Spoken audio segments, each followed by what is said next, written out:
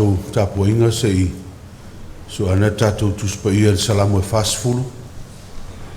fasfulu ia salamu le faitauina ina ia tāpena ai o tō loto ia me sefoi o mātou anganga ia ina ia tātou whaiare nei tapuinga i le whatuatua mo le moni e tau ai tūtasi atu o tātou loto i le atua a se avano le leifoli nei o te whatalofa atu ai le paia o le tātou kalesia le swafu manu malo tātou rio Iesu Keriso pa malo le alfa i mai whanunga le nei tai ao ia e mai se le sa tuongia i tātou le nei vai aso atoa no le whamati ia le lava e vai atu suru o le tino ia ua whafowina lo tō malosi o tātou tō e wheiloa i le nei tai ao i manu ma le anga le lei ma le alofo le atua i lana tausinga mana a wheiloa i atuai ia e le swafo Iesu Keriso tātou e kalesia mes fo ina i o tātou matua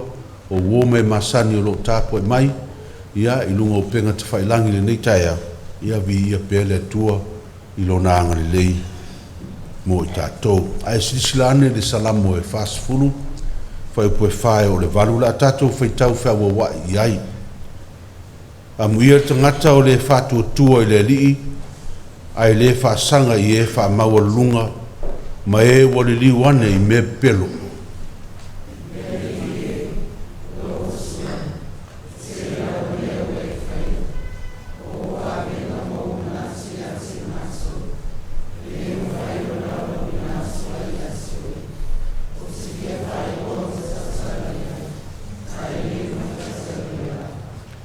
e te le fina ngalo i le taulanga ma le taulanga i me ai ua elia e oe o talinga o le taulanga mu ma le taulanga mo le angsala e te le i feta lai mai ai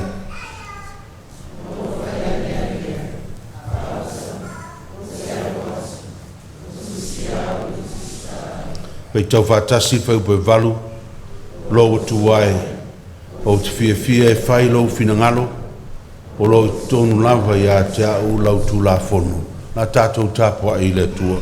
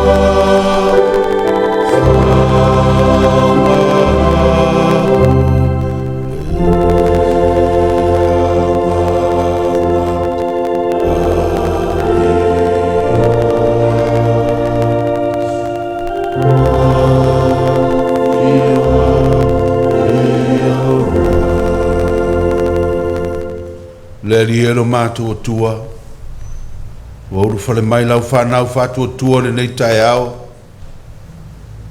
si ae le taulanga o le viinga ma le whamanu ma le whanetanga ai mātou te tui o luma ma le ngatete ma le whaetete ono i mātou o le whanau angsa wa mātou mua i o atu i luma o lau whata whai taulanga ma mātou tō tūri le di e ma whape atu Ia alofa mai I le tangata angsala o lo I o luma. Ia alofa mai ma whaamangaloina o mātou se, ma o mātou leanga I lo mātou vāno nofo ai te tonu o lau e kalesia nei, ai maise te tonu o mātou ainga, ai sinsili ai lava o na e whaamangalo I mātou le rie, o lo mātou vāno nofo ai ma lawa fio I le nei tai au. Alofa mai ma le lingifo, le toto tāua o le mātou alio Iesu Kerisu. Sausauina ai mātou ma wha mamaina I mātou I le tangata atoa I le tino o le mawhauwhau ai maise o mātou loto. Ina ia mamau mātou tangata e whaia le nei tāpuai. A wā o e wa mamaloto lātou te ilo atu lawa fio.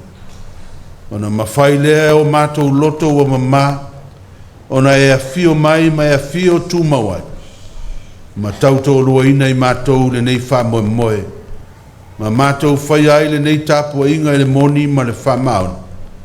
Ma I watu I lovi inga e wha vavau. Lou lava suafa Iesu a mātou te talo atuaine. Amene. Na tātou pese I le vi inga iwa sutasi. Na tātou pese.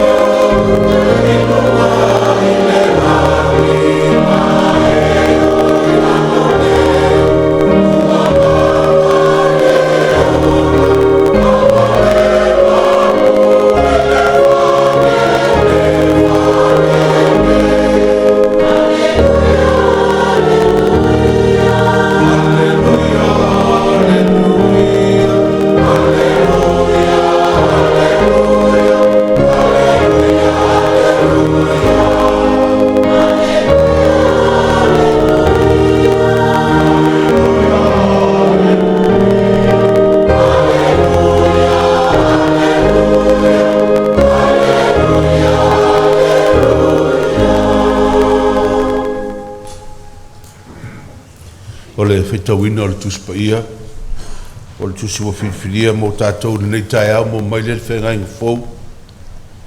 Tusi a mātai o lonu tau poe ono, tātou te whaitau whiawa wai le whai poe lima whaangata mai le sifu maltonu. Our scripture reading for this morning is taken from the Gospel of Matthew, chapter 6. We shall read from verse 5 to verse 13 from the Samoan translation. Mātai o lonam tau poe ono, tātou te whaitau whiawa wai, le whai poe lima whaangata mai le sifu maltonu. Whaafonga mai, whawhionga pa ia al tātou ali. Pe a e te talo, aua nei e pei o tangata whaafia me o tonu a wā, wa lātou fia tutu ma te talo I sunako, ma fitau la inga ala ina ia I loa I lātou e tangata e moni o te whai atu I ate o tō ua maua I lātou lo lātou tauri.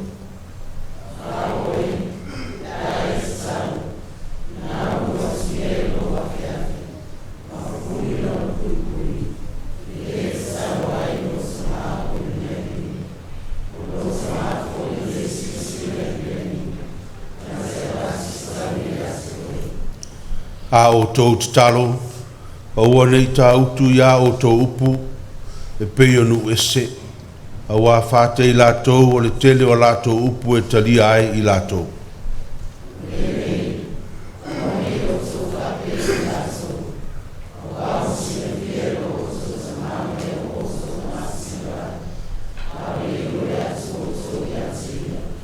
O le nei, ia whāpea ono o tō te talo, lo mātou tamae o le langi, ia pa ia lo suafa.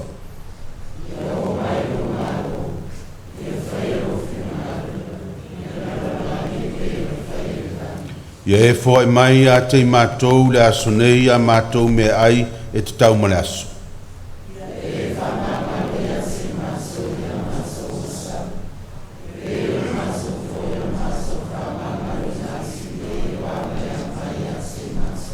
Ma le whai upo su tolu, au foi e Taitaiina I mātou whaososo, a I e la vea ia I mātou ai lea. Pamanuia mai le tua, I le tātou whaitau, whalongolongo I ana fiongo pa ia tu mau ia te ia lona lava viinga nei maso uma, se o I le whaavau. Tā lofa Tamaiti. Ya whaftai o leo wawai atu tō tele mai tātou le ni aso, ma lo lava le onsai, ma lo wha malolosi, ya whaftai o lo tō maua le soifua manuia, ma le soifua maloloina mai le tua, whaftai mātua I lau tō ngā luenga, mori mai le whanau le lātou au ngā sā. Tātou tala ni te auta miti o le, mana tua fōi le la wha Samoa, no le tātou pōkalami Samoa le la amata. Ia e whai tō mātua whapertani atu pa whai te le malamalama.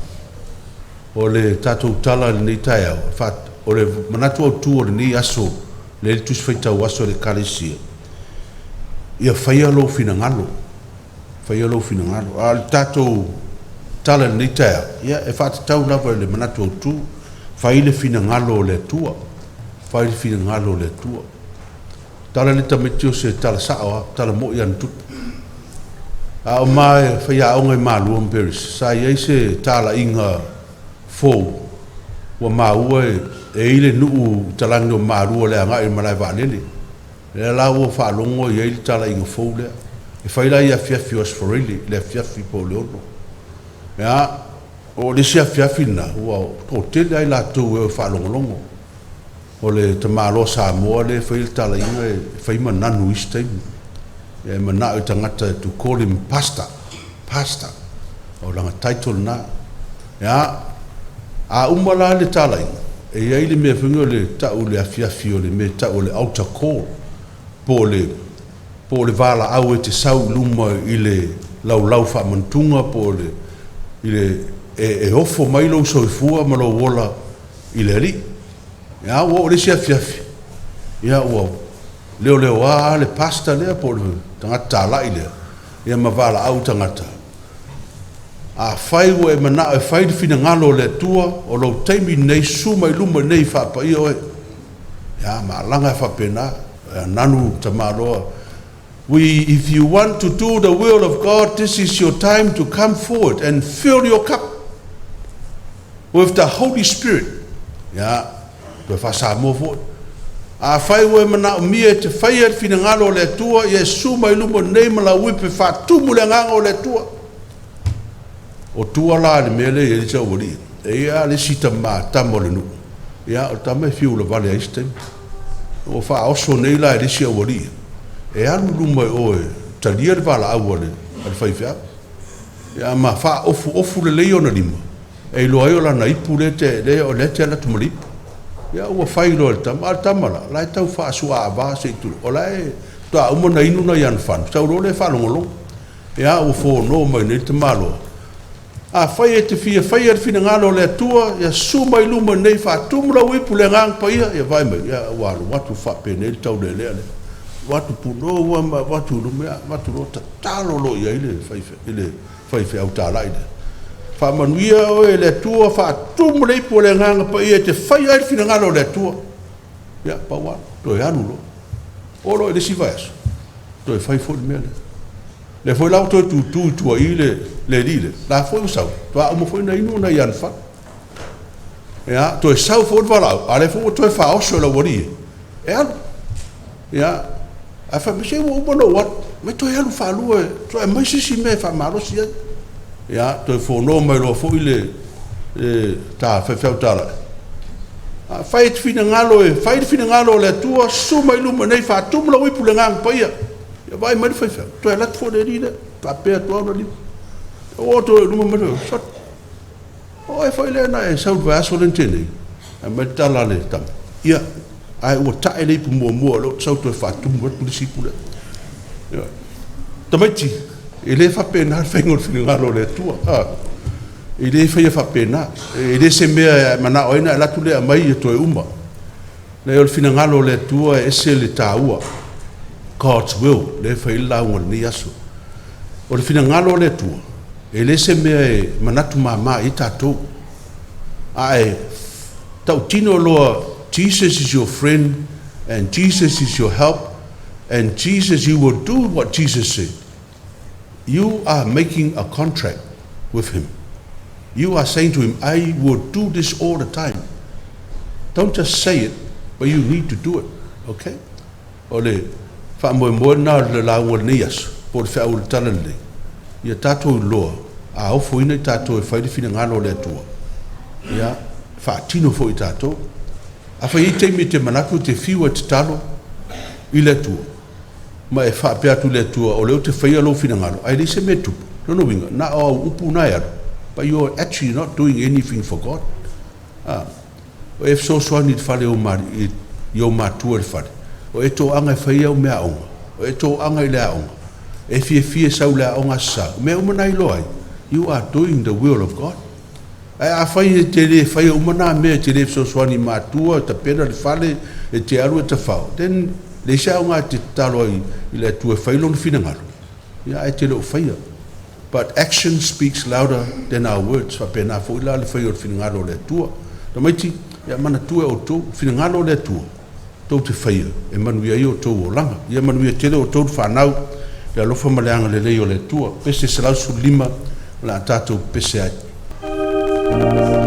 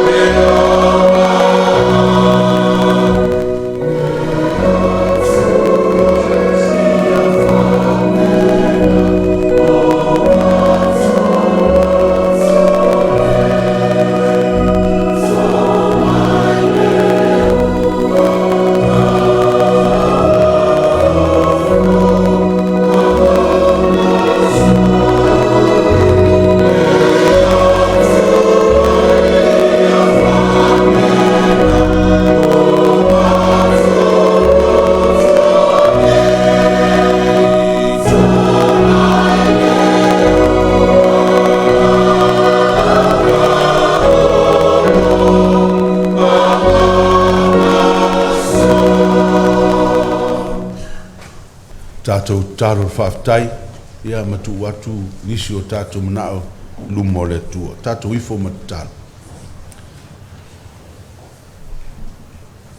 Le tua tau tas pa iai, le tua le tamā le alo, ma le anganga pa ia. O lawa fio lava, na iai lava i le vavau e o lava i le wha vavau. O lawa fio na e whaia le fōwhanga i lau upu o na e whaia leo le tangata i lau whātus pa ia. Ma o e tuina atu iai le mana vaola, ma le wha moe moe le rie, e ma futa atu i atu oe. Ai pangā lea o le tangata, ua fia tuto tasi, ua fia atua, ua angsala, ma ua mamao ai le lua maftanga. Ma ua turi e sea mai le whātoanga na nofo sao loto ai. A ua i le lalo langi, ma ua whape nao na ola ai le angsala. A ola ua fio na e toe turi loina i mātou, e ala i lo walo pelo Iesu Keriso ma toe vatu i mātou le maftanga. E ala i lona maliu ma lona toi tu manu malo na tutongi ai a mātou wangsa ina i toi whātu mawina pēr le maftanga malaua fio. O le mātou whamoe moe nai le neita e au whātu mawina le mātou maftanga malaua fio le whātua tua. Leo wauru whale mai ai o tangata ina wala whai mai le manuia i le whāselinga malosi mai ato oe le neifo yaso we fa popo yaso le mato wola pa fo wina le mato malosi le tino le mafau fau le loto a lo malu pui pui pe o mato wanganga le mana lo wanganga pa ia a malo fa tai le rielo mato tua lo walofa la vai lo walofa fa soa te leo tu la fo ina i mato tai fo ile ni tai au mato poto i lo manmia sang fifia o tangata ma mafuta e ala i lautala le lei. Ma mātou whaftaia la wa fio no le nawa yaso.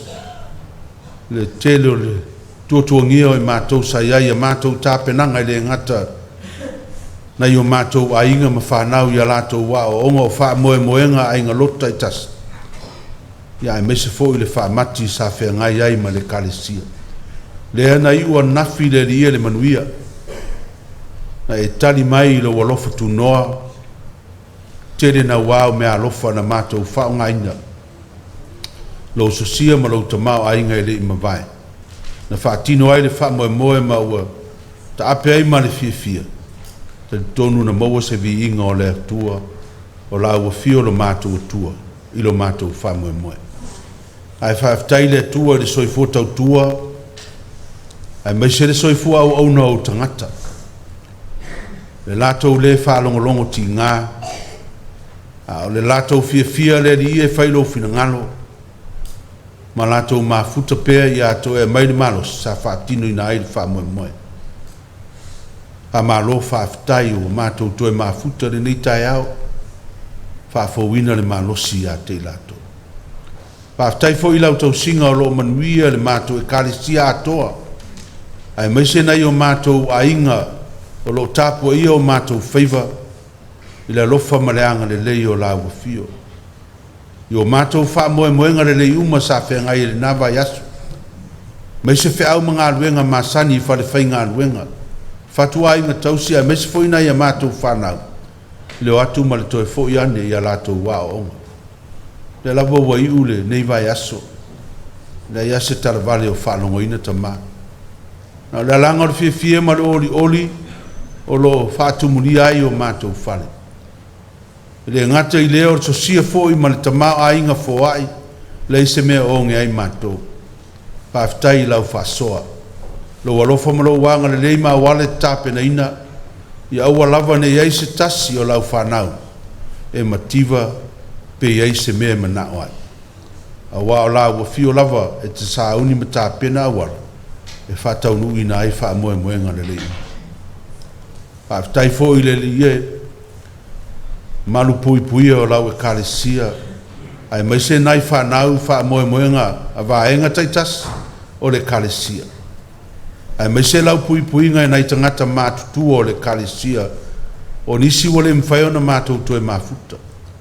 Ai whawhetai le ola e te fōai pēr ma le malosi. I lau wha malo longa pa ia ia i lātou o lo whea ngai ma mai ma ti ngā ma whaingata. Mai se i lātou o lo sa ili tonga fiti le vai aso ma le aso i vai aso taitasi. Pa malo whawhetai lo awai o lo mana lea o whaari e awala i tonga fitinga ese so i fua malo lo ina ia maua e utangata le manuia. Pa malo whawhetai lo mātou atua. I le malosi e te fōa ia mātou whanau. Ai meisena ia mātou whanau tala vau ia lātou ngā luenga mā o onga. Le fia ma le ori o lau o fio e te malu pui ai lo lātou soifua ma le ola mai whaaso songa. Whawhetai e leise isi o a whaina. A wā o lo malu i lātou i le mana o lo lava ngāng pa i e tautoro ina i lātou. Whawhetai o nā ua fionga pa ia o mātou whanongolongo i fo i le ni tai au. Ai meise aso umo le mātou o langa whamanatu mai pēr i a te mātou. Le tala le lei i le keriso toi tū mānu mālo. Ai meise le alofa tū noa la ua fio. Whawhetai le mana o lo wanganga pa i e tautoro ina i mātou i te me vai ai lo mātou whatua tua. Ai meise pe a whea ngai me whaoso songa. Whawhetai si sila. Ono Yesu Keriso lo mātou wali whaola. Le taulanga tu tasi na ia saunia ma tāpenaina. Le ia maa ngalo i mātou tangata ang sala. Na ofuina mai ailo na soifua. Na maliu ma toi tu manu malo. Mātou manu malo whaatasi mai e le ola e whaava. Tu mau lawa fiore vi inga. Nei masa uma se i o lava i ngata anga. Mātou talo mau whamanianga i lungo lau e kalisia le nei tai auta maa. Ia mātou whi au mga luenga le nei fo i vai aso. Anga le leila wa fio fo ai de malosi o tangata lotu. Ai meisena ia mātou whanau fo i a lātou wa o onga mai lātou e whengai. Ma le tau singa o mātua soifua meise whanau iti. Ma e ma. Ia mai le malosi a mai le fia i o mātou lotu e whaatino i nai o mātou tute ma se awananga. Anga le leila wa fio ma e fo ai lo sia ma lo tamao ainga. Nai o mātou ainga. Nai a mātou whanau. A wane ise me onge ai lātou le tino, le tamao a inga. Au fwine ise me onge ai lātou le mawhau ma le loto. A ia iai pēr le sia ma le tamao a inga o la ua fio. Whaatino ina ai o lātou ma nao ma la ngona ma wha moe moenga le lei unga. Ianga le lei wha moe moenga a inga taitasi o whatatia mo le nei vai aso. Ma le anga i atu i lunga. Mai se fuafuanga ma wha moe ngā lau e kalesia o e sira fia. Ia iai lo file mu ma lo wanga le lei o mātou tangata. Maua le loto tele ma le fia maua le loto wha manga noa. Ia maua pēr le nganga o lau o fio. Wha mawhana whanae. Le tasi leisi tonu a mātou whi au ma mātou ngānua. Ia iai pēr lo fina ngalo alofa. Tauto o lua ina i mātou le nima i aso. Anga le leina i o mātou ainga o mātou whaitapo inga whatasi. Mai se wō me masani le ngate tonu o le nei maanu malu a o lunga o penga te whailang. Wha malolo ina na i o mātou tangata whea ngai mama. Ai mai se lātou o mātutua le soifua mai o lo whale o tangata mātutua. Ia iai le malo longa la ua fio le rie malo file mu. Mātou te talo fo i le rie le netu aso. Ia e whamanuia ia mātou fuafuanga tu mau.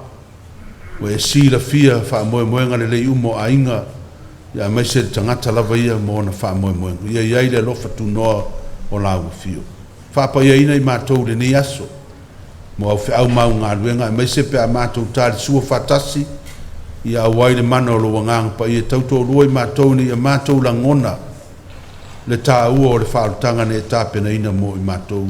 Lo mātou ali o Yesu. Le rie, a mātou whanongolongo fo i lo whetalai mai. La unga la ua whiu ale lau au auna whatau wa. Se as whi au mo i mātou le nei tu aso. O le mātou te talo lea uofo i nātu. Ma le tele o te talo o lo i tonu o mātou lo. E ofo i nātu e whaia lava lo fina ngano tama.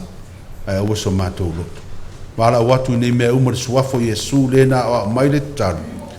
lo mātou tamae o le lang. Ia pa ia lo suafa. Ia o mai lo malo. Ia whaia lo finangalo i lalolangi e pēn whaia lang.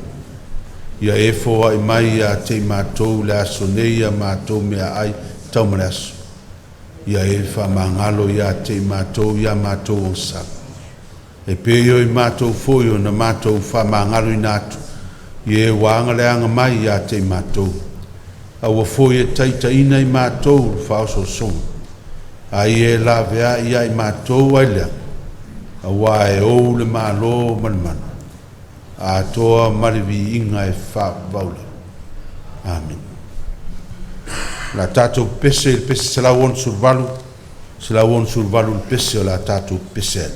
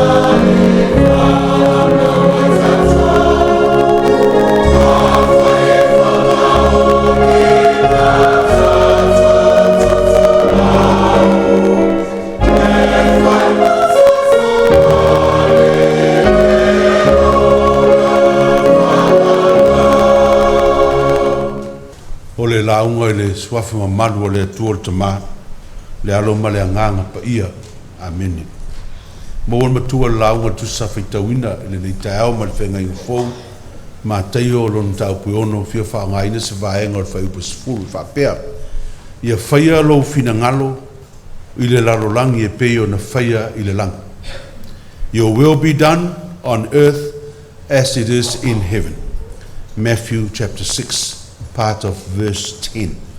Nā tu au tū o le neitai au e tu sai ma le whaasinonga le tusi Feituna'i Aso. Ia whaia lo finangalo. Your will be done. Ia whaia lo finangalo. E mai stasi o manatu whaatua tua.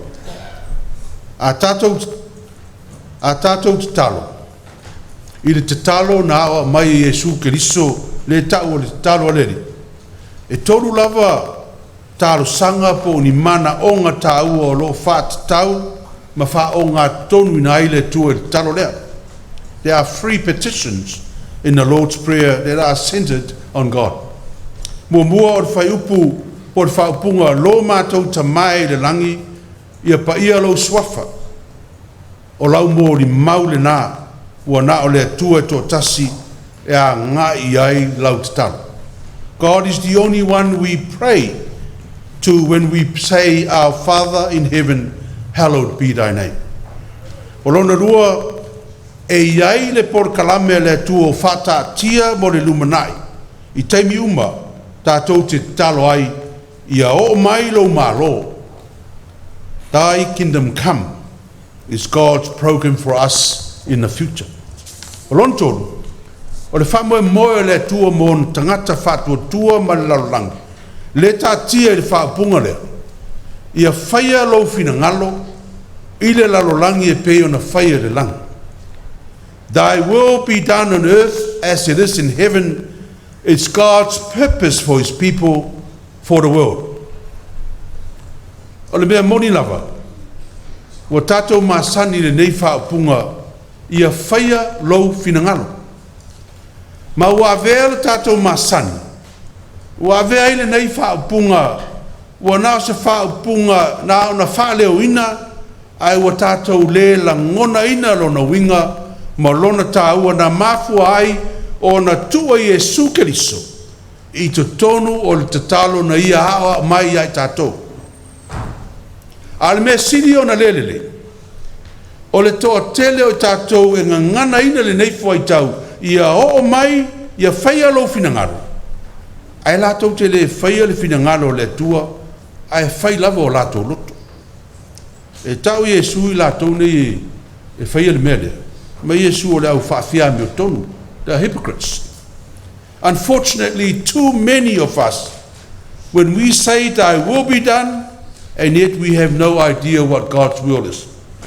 And worse still are those Christians who say thy will be done, but their actions does not reflect God's will. E ngalo i le tangata whātua tua, na mafua na tua Iesu le nei whaapunga, i te tono o le talo na ia awa mai ai tātou, ia whaia lau finangaro. O no le whaavai lea o te talo uma tātou te whaia. Praying thy will be done is essential to all our prayers, as the words thy will be done is the very foundation for our prayers. A wā le whape atu ia whai lau finangalo, o le whape atu lava lea i le tua, ia whaia lona finangalo i o tātou wola ma o tātou wolanga, i te tonu o le lalolangi lo si o mi ai tātou.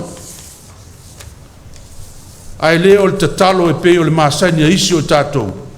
E le tatalo na ia sosoa ni mai le tua ia whaia lona finangalo. Ai tatalo na ia whaia le tua le mea lo finangalo i le tangata. You know, too many of us, instead of praying to God, thy will be done, but we pray instead, my will be done, help me do it. We want God to align his will with what we want, but we do not want God's will to change us to do what God wants.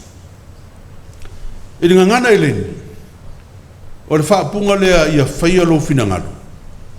O loo tu sia le tu ainga kalamba, o loo e tau o le arrowist tense. Ia whaafeta nia whaafaingo fio le me tau o le simple tense i le English. E whata taula le toi ngā tense lea, le tau o le arrowist tense le ngana eleni. E whata tau lea i se mea ua maea o na tupu. O lona winga, a tātou te talo le tua mwhape atu, ia whaia lo whina ngalo. O lo e whape atu lava le tua, o le taimi nei, e umatua upu, mo o whaia lo whina ngalo. Mo whaia lo whina ngalo, e le whaia system. Le winga nā le, o le areas tense, po le simple tense le tusi ai, le whaapunga le, ia whaia lo whina ngalo. Taimi e te wha leo inai, taimi fōi nā e te wha taunu inai, on a whaida whina ngalo le tu. So when you pray thy will be done, you are to do it straight away without any ifs and buts. We are not praying to God to change his will or for God to bless our will, but we pray to God to help us find and do his will, God's will in our lives. Sandringham, le kalisia pele, a tātou te talo I le tua. Ma whape atu ia whaia lo whina ngana. Wha lava na I me tā ua I o te toe wha manatua. Mua. A whait whape atu le tua I whaia lo whina ngana. E alana whape na atu na ia e maua mai loa le whina ngana o le tua. So that you may find God's will. O leo ngāle nā tuspa ia. O ina e te maua ai le whina ngalo le tua, whai ngofia, whai taulau tuspa I aso, o na I tila whia le whina ngalo le tua moe. O lona lua, a tātou te talo, ia whai alo whina ngalo. O lo tātou te talo, ia tātou malama lama le whina ngalo le tua. Every time you say thy will be done, we are asking God to make us understand his will. Tō tele tātou o tātou wha winga seina le whina ngalo le tua. E mi milo I ai, ma wha maria I nei mea lai tātou mana. O I nā la tātou te leo mana malama le whina ngalo le tua moe. Ma, ai pe tai o le wha lango le musumusunga le angang paia. O I nā tātou te mana malama I le whina ngalo le tua. Whai tau tus paia, ma wha longo le musumusunga le angang paia, te mana malama I. Ai o te wha longo le isi musumusunga le wha maria lo loto. Pulea o le whauminganga. O lon tolu, a tātou talo I whaia lo whina ngalo. O le tui nā tua atoa lava leo lau tangata, I le whina ngalo le tua. To do God's will is to submit to God's will. E le nā mana e whai whina ngalo le tua, e musu e alu e whai whina ngalo le tua. E le lava le nā o le iloa le whina ngalo le tua, Sandringham. Ai mana o mia le whātino ina o le whina ngalo le tua. O le tele o mea e whale toni o tātou o langa, ma mea tātou te whaia. Ono le tātou nau e whai o tātou loto. Ai leo le whina ngalo le tua. Too many of our failures is our desire to have our way and not God's way. Ia malona wha, a tātou te talo, ia whaia lo whina ngalo. O le tātou wha pēa tu lava lea I le tua. Wo sauni e fatino lofinga. I am ready. When I say thy will be done, I am ready to carry out your will. Ai leo fai mai e fai fina ngalo le tua po so. Ai mai so la tu mo e fai e pa mo le matu ai no Yesu. No to sa will time no. That is the time you do it. Ai leo le submit I say fai this time. Mana tua o teimi umai te whai mai te whai ar whina ngaro. Wai sauni whai whina ngaro le tua. Ia mara nei Sandringham. Awane I ngalo ia tātou le leina muli nai wha o mari matua. Nai whai mai. I le lalo langi e peo na whai le langi. On earth as it is in heaven. Ia whai alo whina ngalo I le lalo langi e peo na whai le langi. Your will be done on earth as it is in heaven. Ka ua wha punga na. Aisa, o le whaupunga o lo whasino mai e sui ai tātou. Ne mafuanga e lei o na tātou whaiar whaupunga le, ia tātou whaiar whina ngaro le tua. Ma whamai le, pe o na whaiar langi. Aisa, whatepai tātou e su le langi, vai le langi. Whetū ma pāneta, na ngā solonga le au, na ngā solonga le tau, le mamau, le ia se meo suia. O le mea le na whina ngalo iai le tua mo fofuanga. Le aia se me tasi o suia. Usta uma mea umar fofuanga le tua atangata. Te le mea le usta e. Le se sengalan mai, pa ai le langi. Ya. Fa maoni fai ngalo le tua ile la pe ona fai e me va te me lang. Le ia sisi fa mai se pa mo mole se wo le fieta milo pa net le na e sui me ta milo lo pa net. Se wo na e sui me tu wa lo fitu. Ai. Ele lai fia me mon fai le tua. Fa tu langa le tua. Fa tino fina ngalo le tua.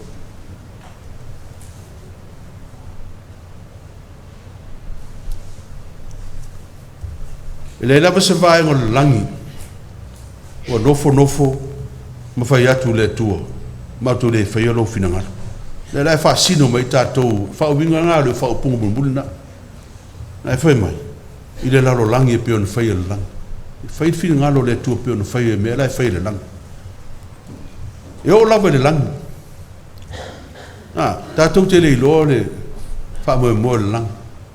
Ai tatou fai tau le tusi o fali. O ina tatou te ilo ile ngato paneta ma fitu me elise mesri a ole nofo ali o le tu le va ai Ioane le apostol motu patamo pe mai Ioane na va ai o sa fai le tua ilo nofo ali e si o mia e au fai pese tele e pe pese malangi vi ingo le tua le au fatu tua wa sa mai o ila to sa fai fina ngalo le tua la lang oi tatou sa usta ia fina ngalo le tua le lai fai mai fa bu e pe ona fai le lang tau ile o tangata e lat foi lang la foi pese ai le tangata mo foi ton sa foi pese la lang e pese la foi pese lunga pa foi le fina ngalo le tu when we see heaven we see why God wants us to do his will. When we see heaven, and all of us should want to see heaven, when we see it, we will see why God wants us to do his will. One of the Baptist minister by the name of John Hamby sums this up very well when he said, when our eyes finally rested on the eternal abode of God, we will see in the middle of heaven a throne surrounded by the blood-bought saints of all ages worshipping the King. We will see the angelic host of heaven obeying his every command. We will see the will of God being done without one creature out of harmony. Lesi winga na le upulea ia faia lo finangalo. Ai faia finangalo le tua. Everybody is in harmony. Everyone is mea umatau te faia pi o le tuti pese vunge fa anota. Halu le lei. Ai ale ai le finangalo le tua tatou te le faia. Oh, pe al piano pa o lua voi. Ta mai nota le fitou mala foi pese. Mena le sau no te malo. Faia finangalo le tua keeps us in harmony with God. Sakramento pa ia le tua wa lungo le laulau le. Fa manatu mai atu o ma. Le ta ua ma le tau tio le fai o le finangalo le tua le fatino Keriso. Lona so I fua atu an Tala. Te ia o le sa tau ma liu ma atu le loto po ngi sa le tunga mau. A le tau i o le tangata e fai finangalo le tua. E le eise me manu malo. Eise me le anga. E o atu nga mau le manu malo. Esa tangata e fai finangalo le tua. Toi tu manu malo. Fa sino mai ke riso la wala tatou toi tu fa tasi ai. I lumo le nofo ari. Tatou pese ma tatou vai fainga le tua. O e na faia finangalo le tua. Sandringham. Tau tua na lau talo mo lo ainga ma lau e kalesia ma lau whanau. O e tau na fai tau lawa ina whatau nu o le me tau na fai tau an fai le fiafi po. O ani fai na so na lafo o fa punga ia fai alo finangalo le tua. Ai matua mamau al mena ilo mafo fau ma le tua. Ai sauni e te talo ma tau tino fai le finangalo. Sauni e te talo o e mana malama il finangalo le tua. O foina lo soifua fa tino il finangalo le tua. Ai ua fai na o la ngutu. E te polonga ai mai le se tau I te mou le lava foi na tatou faitau le salamo le leitai au Fai mai le upo fai salamo, fai upo muli alen tatou fai tau. Lo o tuai. O te fie fai lo fina ngara. Fa pena tatou Sandringham. A tatou fie fai te fina ngara o le tu. Le ai a se me fa le tonu o tatou maftanga. Le ai se me fa le tonu maftanga ainga. Fa le fai ngā luinga po fea te alu e. Le anga e fa pāleni e le tua me uma. Ma mai e le tua me uma. Ia manuia ai me uma tātou te whai.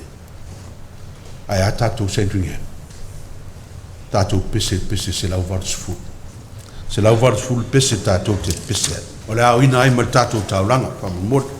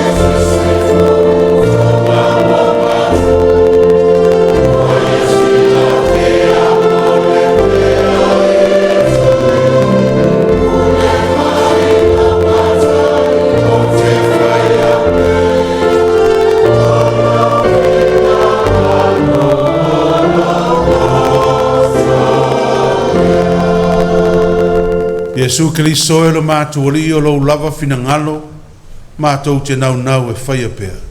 A wao lo fina ngalo lava le liena e maliwai, mo i mātou lau whanau ang salana e whaia ai le taulanga CCCS, le mwhai o na mātou whaluaina. Tau lava smei lo ngainu mātou lotu whaftai, mātou toi ofo i nātu nei tupe, whatasi mo mātou tangata. E ui lava mātou te le ato toa. A wofo i nātu lava mō lau ngāruenga. Talia le mātou whaai tama, ma e whāpa i einu. Ma e whāmanuia i lau whanau whātua tua, ua whaai le nei tai au. Lau lava suafa Yesua mātou te talo atoi nei. Amene.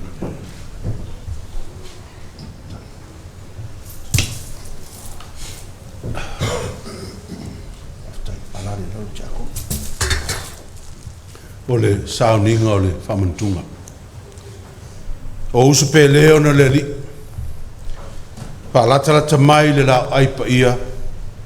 Ma whaafonga ia fionga alofa le tātou wari o Yesu Keriso. O au nei o le areto le ola o le sau ia te au. e le laina lava ia. O le whātua fo ia tau e le toi fia inu lava o ia. O ia fo ia sau ia ta o te le tulia lava o ia i whafu. A mu ia fia aima fia feinu le ami o tonu a wai maa ona i la tau. I am the bread of life.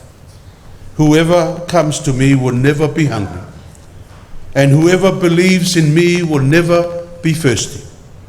And anyone who comes to me, I will never drive them away. Blessed are those who hunger and thirst for righteousness, for they will be filled. E iato tau le file mu mai le tua, may the peace of God be with you all. Ia ona o leua sefe pea tātou ma whamai, tau an whatalo whana i leo lo i tū tamtau ma wau tafa, ma leo i o tua ma whai atu iai, ia te oe file mu o le tua.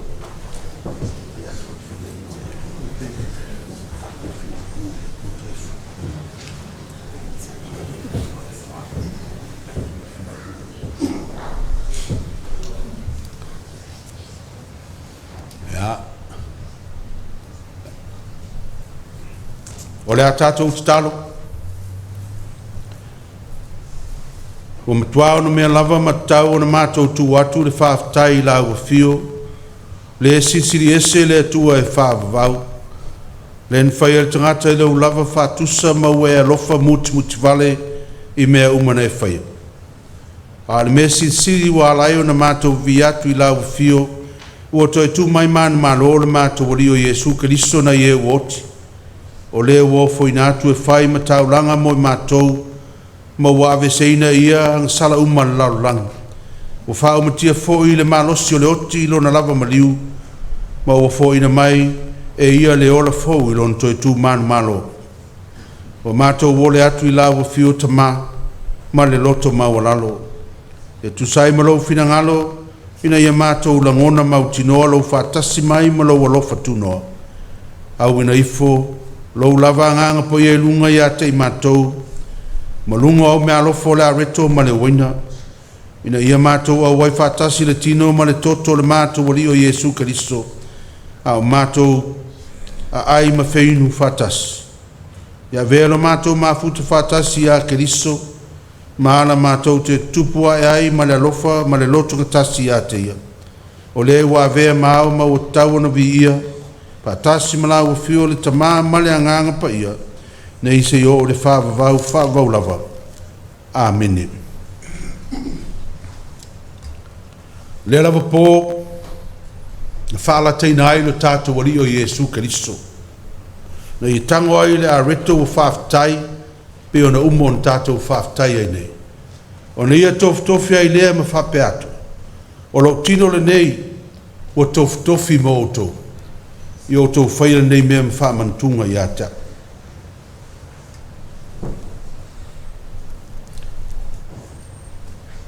Ina ua mai au na lātou ai. O na isi tia leo le ipu i o lātou rumo o whape atu. O le ipu le nei o le whenga inga fōu leila o toto. I o tau whaira nei mea mwhamantunga i ata. I asa uma tau te whenua. Na whape nā tātou whaia. Pe o na polo ina ai tātou o le tātou wali tūrai tāko.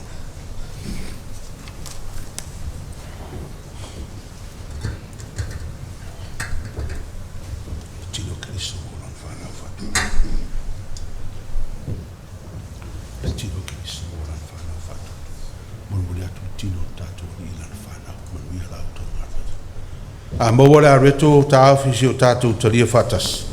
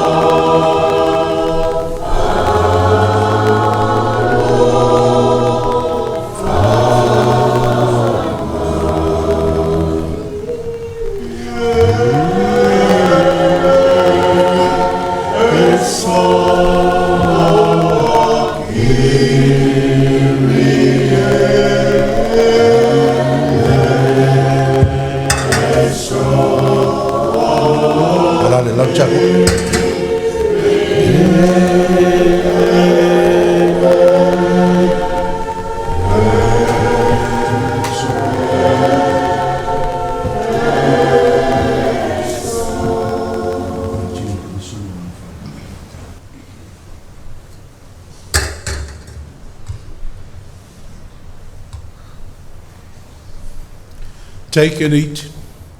This is the body of Christ broken for you. Do this in remembrance of him. Ina tango ye na ai o tino le nei o Kristo tof tofi mo o tou. Yo tou whaile nei whamantunga ia te ia tau mawhai ia.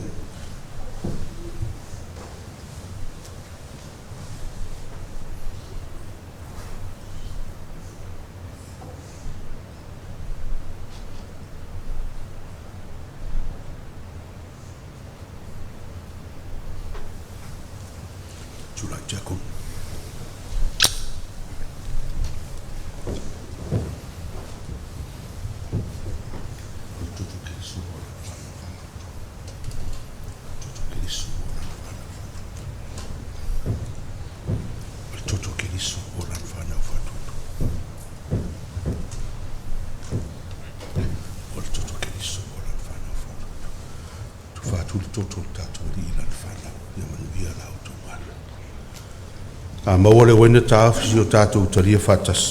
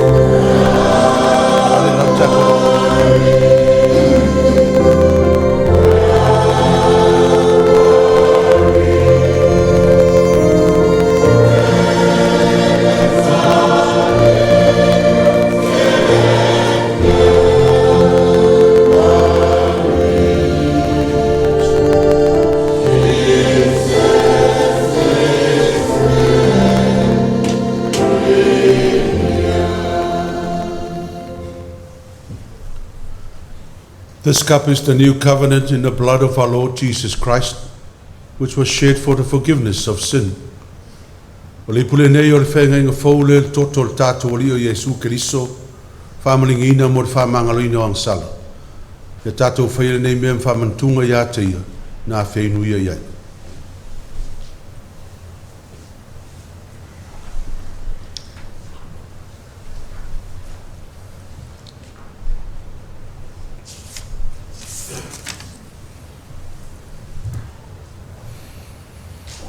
Tātou talo pēr ma loto whāwhitai.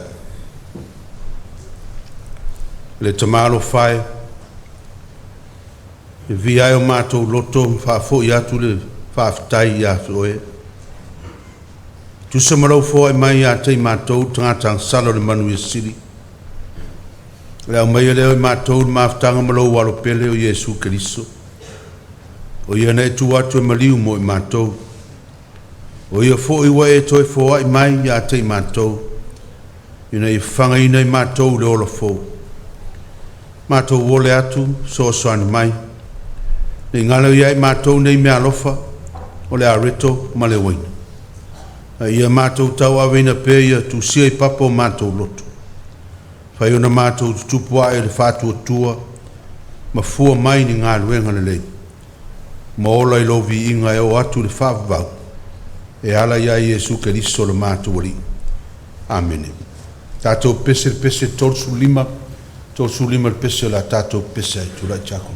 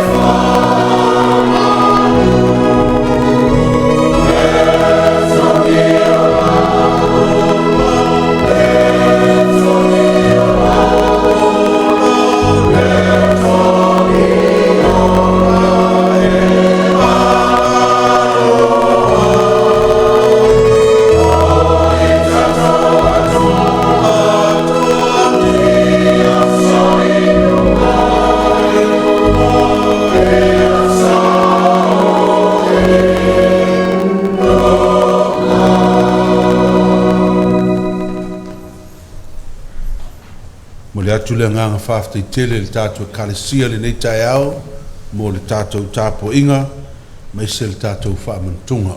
A mālo le onsai, whaftai fo i le tāpo ai. Whaftai fo i le au asafo, mo le whiwhiria o tātou pese, ma se fo i le au whai pese mo vi inga o le tua le nei tai au. Manuia tele whaamoemoenga le nei vai aso na i o tātou ainga lotu, manuia o tau whanau, o tau wa o onga, ma ngā aluenga tupulanga talavou, whaamanuia fo i ma whaamaloloina i le atua nisi o le tātou e kālesia o lo whengai pēr ma mai, ma tonga whitinga i le nei vai tau. Manuia fo i na i o tātou wō me masani mainga tāpua i mai lunga o penga te whailangi. Whapena o na whaamanuia le atua. Ai whaamuni mai pēr maea mo nisi o tātou wholafolanga. Tātou whai o tātou. Le manuia marifile mu o la uafio le tua o lo mātou tamā. Le alofa sisiri ese o Iesu Keriso lo mātou wali i whaola. Le maftanga ma la uafio a nganga pa iai.